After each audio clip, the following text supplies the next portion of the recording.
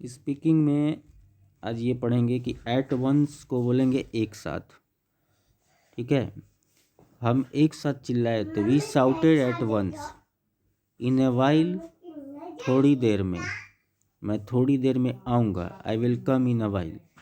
For a while, थोड़ी देर के लिए, मुझे थोड़ी देर के लिए अपना मोबाइल दे दो। Give me your mobile for a while. Quite often, मैं अक्सर के लिए यूज करते हैं क्वाइट ऑफन, मैं अक्सर वहाँ जाता हूँ। I go there quite often. Quite है पूरी तरीके से, अब मैं पूरी तरह से ठीक हूँ तो I am quite well now. Similarly, इसी प्रकार से, मैं गया और उससे मिला और इसी तरह से वो भी मिला तो I went and met him. Similarly he met too. Simultaneously का मतलब हो गया कि एक ही समय में एक ही साथ। तो मैं पढ़ रहा हूँ, साथ में जॉब भी कर रहा हूँ तो I am studying working simultaneously. Needless का मतलब हो गया ज़रूरत नहीं, कहने की ज़रूरत नहीं कि वह पागल है तो needless to say that he is mad. पूछने की ज़रूरत नहीं कि वो पहले से ही जानता है तो needless to ask he already knows. Continuously का मतलब हो गया लगातार, बारिश लगातार हो रही है तो it is raining continuously. Continually का मतलब हो गया रुक रुक के, बारिश रुक रुक करके हो रही है तो it is raining continuously. Pass by मतलब बगल से गुजरना, और मेरे बगल से गुजरी। She passed by me. Of no use, avail का हो गया कोई फ़ायदा नहीं। मैं डॉक्टर के पास गया, कोई फ़ायदा नहीं हुआ। I went to doctor but no use, ये पैसे किसी काम के नहीं। This money is of no use. ठीक है। वर्थ वाइल, फ़ायदे का सौदा, लाभदायक, तो ये फ़ायदे का सौदा नहीं। इट्स नॉट वर्थ वाइल, क्या वहाँ जाना फ़ायदेमंद है। Is it worth while going to there.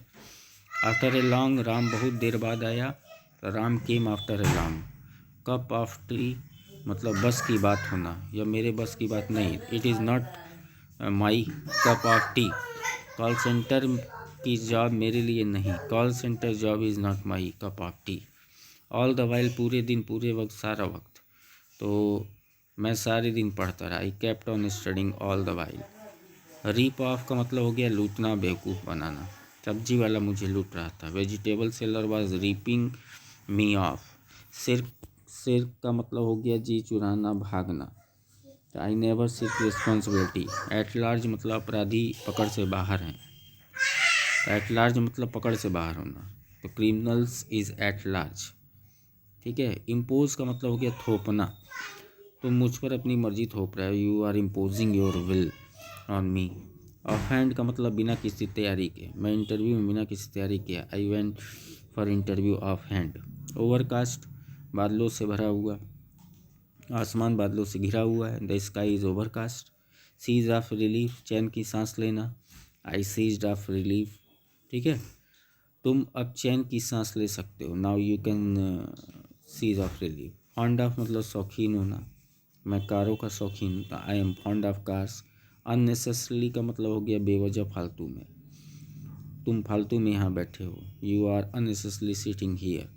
Knowingly मतलब जानबूझकर, उसने जानबूझकर मेरा दिल दुखाया। He hurt me knowingly. Unknowingly मतलब अनजाने में, तो उसने अनजाने मुझे दुख पहुँचाया, तो ही हर्ट मी अननोइंगली। रिमाइंड मतलब याद दिलाना, तुम मुझे राम की याद दिलाते हो। You remind me of Ram. Negligence का मतलब हो गया लापरवाही, तुम्हें लापरवाही की सज़ा मिलेगी। You will be punished for negligence.